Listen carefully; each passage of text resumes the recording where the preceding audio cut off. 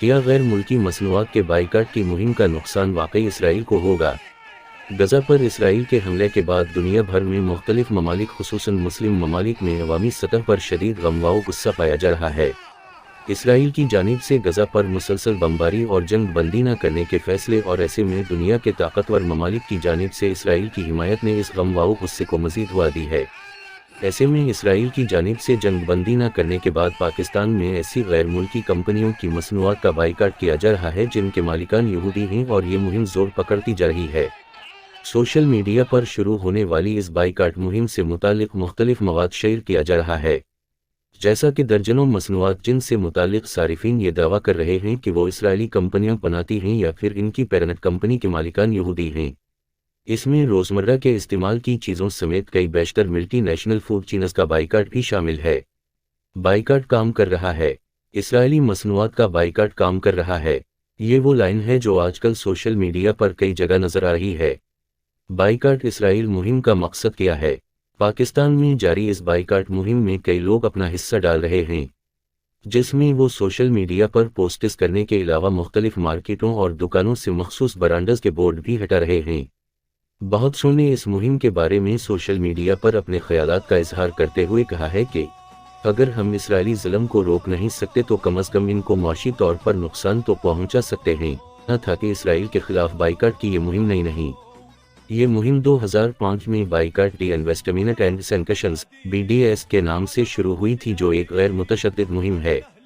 میں بطور پاکستانی اس مہم کا حصہ اس لیے ہوں کیونکہ اسرائیل فلسطینیوں پر مظالم کر رہا ہے اور دنیا میں پاکستان سمیت کوئی بھی حکومت اسرائیلی جارحیت کو روک نہیں رہے۔ اس لیے ہم بطور عام انسان معاشی طور پر اس کی مزاحمت کر رہے ہیں۔ دوسری جانب سوشل میڈیا صارفین بھی اسی مقصد کے تحت اپنے جذبات کا اظہار کرتے ہوئے اس بائیکاٹ کا حصہ بن رہے ہیں۔ کئی صارفین نے ایسی غیر ملکی مصنوعات کی تصاویر بھی لگائیں جس میں خریدار کو ایک چیز کے ساتھ دوسری چیز مفت دی جا رہی ہے، لیکن وہ ان اشیاء کا بائیکاٹ کر رہے ہیں۔ زیادہ تر صارفین مختلف کیپشن لکھ کر یہ ثابت کرنے کی کوشش کر رہے ہیں کہ یہ بائیکاٹ مہم اثر انداز ہو رہی ہے۔ اسرائیل کی جانب سے غزہ پر مسلسل بمباری اور جنگ بندی نہ کرنے کے فیصلے اور ایسے میں دنیا کے طاقتور ممالک کی جانب سے اسرائیل کی حمایت نے غم و غصے کو مزید ہوا دی ہے۔ کیا واقعی ہی اس مہم کا نقصان اسرائیل کو ہوگا؟ دوسری جانب بہت سے لوگ اس بائیکاٹ مہم سے متعلق یہ سوال بھی اٹھا رہے ہیں کہ کیا اس مہم سے واقعی ہی اسرائیل کو نقصان ہوگا یا پھر اس سے پاکستانی معیشت کو نقصان پہنچے گا؟ اس سوال پر BBC سے گفتگو کرتے ہوئے ماہر معیشت ڈاکٹر نور فاطمہ کا کہنا تھا کہ جہاں تک یہ خیال ہے کہ اس سے پاکستانی معیشت پر بہت فرق پڑے گا تو یہ درست نہیں، کیونکہ یہ معاملہ غیر ملکی کمپنیوں کی مصنوعات یا برانڈز کا ہے اور انہوں نے پہلے ہی اپنے منافع کی شرح بہت زیادہ رکھی ہوتی ہے۔ ہاں، اگر یہ مہم آنے والے دنوں میں زیادہ زور پکڑتی ہے تو یہ ممکن ہے کہ ان مخصوص کمپنیوں کی سیل اور شیئرز کی مالیت گر جائے۔ نور فاطمہ نے مزید وضاحت کرتے ہوئے کہا کہ جہاں تک پاکستان میں برانڈز یا مصنوعات کے بائیکاٹ سے اسرائیل کو نقصان پہنچنے کی بات ہے تو مفروضہ بھی درست نہیں، کیونکہ پاکستان کے اسرائیل کے ساتھ نہ ہی کوئی تجارتی تعلقات ہیں اور نہ ہی پاکستان وہاں کسی قسم کی برآمدات کر رہا۔ بائیکاٹ مہم ایک سوشل اور جذباتی مہم ہے، اس سے لوگ اپنے احساسات کا اظہار کر رہے ہیں۔ انہوں نے مزید کہا کہ اس مہم میں کئی ایسی کمپنیوں کے نام بھی سامنے آ رہے ہیں جن کا تعلق اسرائیل سے نہیں، لیکن انہیں اس لیے ٹارگٹ کیا جا رہا ہے کیونکہ انہوں نے اسرائیل کی حمایت کی ہے۔ کیا اس مہم سے پاکستان میں ان لوگوں کی نوکریوں کو خطرہ ہو سکتا ہے جو ایسے اداروں میں کام کر رہے ہیں جن کا بائیکاٹ کیا جا رہا ہے؟ اس سوال کے جواب میں ڈاکٹر نور فاطمہ کا کہنا تھا کہ اگر ایسی کمپنیوں کو زیادہ نقصان پہنچنے کے نتیجے میں وہ کمپنی بند ہو جاتی ہے تو پھر ایسا ہو سکتا ہے۔ اس مہم میں متحرک انداز میں حصہ لینے والے محمد علی خان کے سامنے جب یہ سوال رکھا گیا تو ان کا کہنا تھا، میرا نہیں خیال کہ پاکستان کو اس کا نقصان ہوگا۔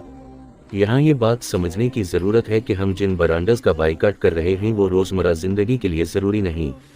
محمد علی خان کا کہنا ہے کہ بے شک اس مہم میں کچھ ایسے برانڈز بھی شامل ہیں جن کا تعلق اسرائیل سے نہیں، لیکن وہ اسرائیلی جارحیت کی حمایت کر رہے ہیں، جس سے یہ ثابت ہوتا ہے کہ وہ اس وقت اسرائیل کے ساتھ کھڑے ہیں، اور یہی وجہ ہے کہ ہم بطور مسلمان اور انسان اس وقت اسرائیل کے خلاف کھڑے ہیں۔